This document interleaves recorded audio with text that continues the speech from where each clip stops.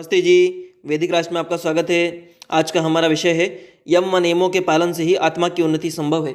आज के इस लेख के लेखक हैं वैदिक विद्वान मनमोहन कुमार आर्य, देहरादून से। आइए विषय की ओर चलते हैं। मनुष्य शरीर में आत्मा का सर्वोपरि महत्व है।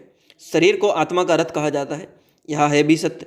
जिस प्रकार हम रथ व वाहनों से अपने गंतव्य तक पहुँचते हैं, उसी प्रकार से मनुष्य शरीर मनुष्य की आत्मा को उसके लक्ष्य ईश्वर प्राप्ति कराता है। ईश्वर सर्वव्यापक होने से आत्मा को हर समय हर स्थान पर प्राप्त रहता है।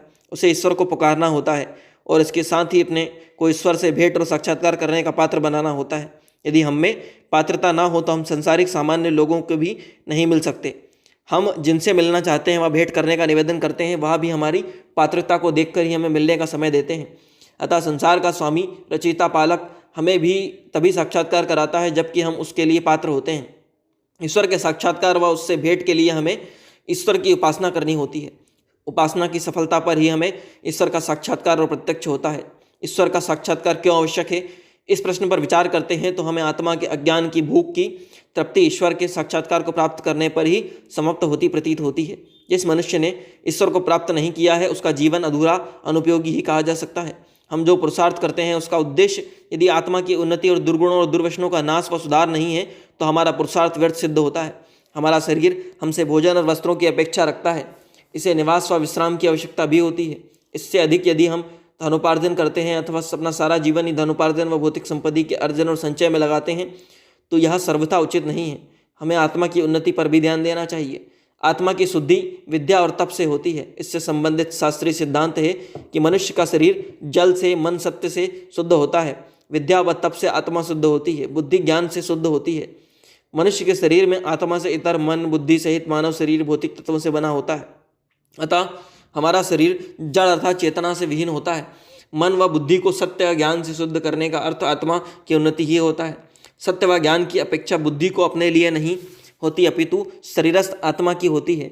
आत्मा की उन्नति के लिए ही परमात्मा ने मनुष्य को शरीर व उसके मन और बुद्धि आदि ज्ञान की प्राप्ति में सहायक इंद्रियां और अंतःकरण आदि दिए हैं। अतः हमें मन व बुद्धि सहित शरीर का उपयोग करते हुए आत्मा को ज्ञान व तप से युक्त कर अपनी आत्मा की उन्नति करनी चाहिए।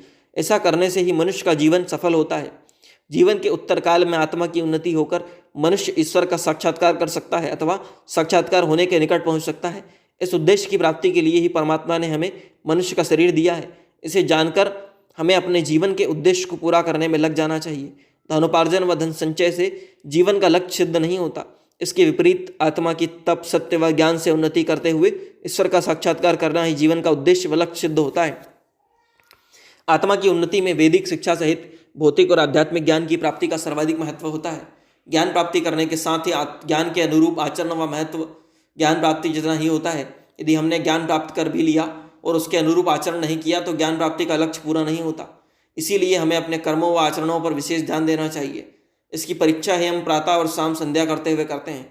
संध्या में हमें जहाँ अपने शरीर को स्वस्थ रखने पर विचार करते हैं, वहीं शरीर व इंद्रियों को बलवान रखने में ईश्वर की सहायता की याचना भी करते हैं। वही पाप कर्मों से बचने के लिए अपघर्षण कर्म मंत्रों का पाठ भी करते हैं। हम यह विचार करते हैं कि संसार का रचयिता, पालक, स्वामी ईश्वर है, वह सभी दिशाओं में विद्यमान है, हमें देख रहा है, हमारी रक्षा कर रहा है। हमें उसकी अनुमति से ही संसार का सीमित मात्रा में आवश्यकता के अनुरूप ही उपभोग करना है। अधिक उपभोग करना हानिकारक होता है। हम जितना अधिक उपभोग करेंगे उतना ही अधिक संसार में फंसेंगे, जिसका परिणाम आवागमन व जन्म, मरण, सुख व दुखों की प्राप्ति होता है। सभी दुखों की सर्वथा निवृत्ति के लिए हमें आत्मा का कर्तव्य का पालन करना उद्देश्य होता है, जो कि हमें विचार और चिंतन सहित वेद व ऋषि मुनियों के ग्रंथों का स्वाध्याय विचार करने पर ज्ञात होता है। हमारे मार्गदर्शन के लिए ही परमात्मा ने सृष्टि के आरंभ में 4 वेदों ऋग्वेद, यजुर्वेद, सामवेद, अथर्ववेद का ज्ञान हमारे पूर्वजों 4 ऋषियों अग्नि, वायु, आदित्य व अंगिरा को दिया था। यह ज्ञान आज भी प्रासंगिक एवं सार्थक है। यह ज्ञान स्वयं में पूर्ण होने के साथ हमें किसी प्रकार की वृद्धि व सुधार की आवश्यकता नहीं होती। इसमें इस ज्ञान को प्राप्त होकर इसके अनुसार ही अपना जीवन बनाकर अर्थात आचरण कर हम आत्मा को दुखों से मुक्त और मोक्ष के निकट ले जा सकते हैं। मनुष्य जीवन का उद्देश्य भोग व अपवर्ग ही है। भोग आत्मा द्वारा पुनर्जन्म व वर्तमान जन्म के क्रियामण कर्मों का सुख और दुख रूपी फल होता है, और अपवर्ग वेद ज्ञान के अनुरूप साधना से अर्जित जन्म और मरण के बंधनों से मुक्त होकर केवल आत्मा के परमात्मा में निवास व विचरण करने को कहते हैं, जहाँ दुख का लेश मात्र भी नहीं होता। जीवात्मा को अखंड व दीर्घ काल तक स्थायी सुख, आनंद व कल्याण की प्राप्ति होती है। मनुष्य की आत्मा की उन्नति के अनेक उपायों व साधनों में 5 यम 5 नियमों का महत्वपूर्ण स्थान होता है। आत्मा की उन्नति व असत्य के त्याग व असत्य के ग्रहण होती है। यजुर्वेद का मंत्र 33 ओम विश्वानि देव सवित दुरितानि परासुवा यद्भद्रन तन आसुवा है। इसका अर्थ है कि हे सकल जगत के उत्पत्ति करता, समग्र ऐश्वर्य युक्त शुद्ध स्वरूप, सब सुखों के दाता परमेश्वर, आप कृपा करके हमारे समस्त दुर्गुण दुर्व्यसन और दुखों को दूर कीजिए। जो कल्याणकारक गुण कर्म स्वभाव और पदार्थ हैं वह सब हमको प्राप्त कीजिए।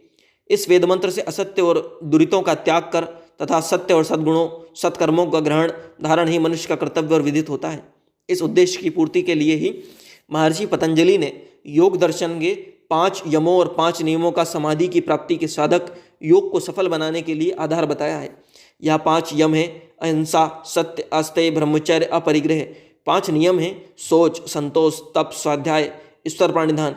यदि हम अपने जीवन को इन 10 साधनों को सफल करने में लगाएं तो हम मनुष्य जीवन को उसके लक्ष्य मोक्ष के निकट तक ले जा सकते हैं। हम इसके जितना निकट होते हैं उतना ही हमारा जीवन सफल होता है, जितना दूर जाते हैं उतना ही हम असत कर्मों और दुखों में फंसते हैं।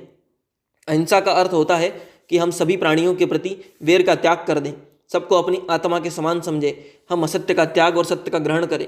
सत्य वह है जिसका प्रकाश वेदों में किया गया है। वेदाज्ञा का पालन ही कर्तव्य और सत्य का पालन है।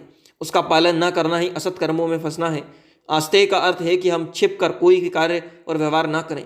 हम किसी अन्य के अधिकार की वस्तु को अपने अधिकार में लेने के लिए किसी अनुचित साधन का उपयोग ना करें। आस्तेय का अर्थ चोरी ना करना व इस प्रवृत्ति का त्याग करना होता है।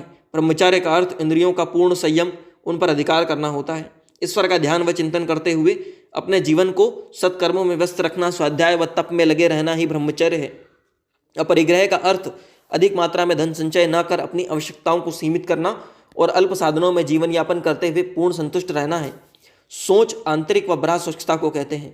हमारी आत्मा में कभी मलिन विचार नहीं आने चाहिए, ना ही हमें कभी कोई निषिद्ध व निंदित कार्यों को करना चाहिए। मनुष्य को हानि व लाभ सुख दुख में सदा संतुष्ट रहना चाहिए। मनुष्य का जीवन तप अर्थात वेद विहित कार्यों और पंचमहायज्ञों आदि में लगा रहना चाहिए। मनुष्य को वेद व ऋषियों के उपनिषद, दर्शन, विशुद्ध मनुस्मृति आदि ग्रंथों का स्वाध्याय करना चाहिए। सत्यार्थ प्रकाश व ऋग्वेद भाष्य भूमिका आदि ग्रंथ भी स्वाध्याय के लिए अत्युत्तम ग्रंथ हैं। इनके अध्ययन से मनुष्य की सभी शंकाएं और भ्रम दूर हो जाते हैं। इनका अध्ययन भी प्रतिदिन नियत समय पर करना चाहिए। 5वां नियम है ईश्वर प्रणिधान। ईश्वर में व उसकी व्यवस्था में मनुष्य को पूर्ण विश्वास रखना चाहिए। पहाड़ के समान दुख प्राप्त होने पर भी विचलित दुखी नहीं होना चाहिए, अपितु उसे अपने किसी पूर्व कर्म का फल मानकर उसे संतोष कर भोगना चाहिए। ऐसा जीवन ही आध्यात्मिक जीवन का आधार होता है। उसका लाभ वर्तमान में ही होता है। इसके साथ ही भविष्य और परजन्मों में भी इससे अनेक प्रकार के लाभ होते हैं।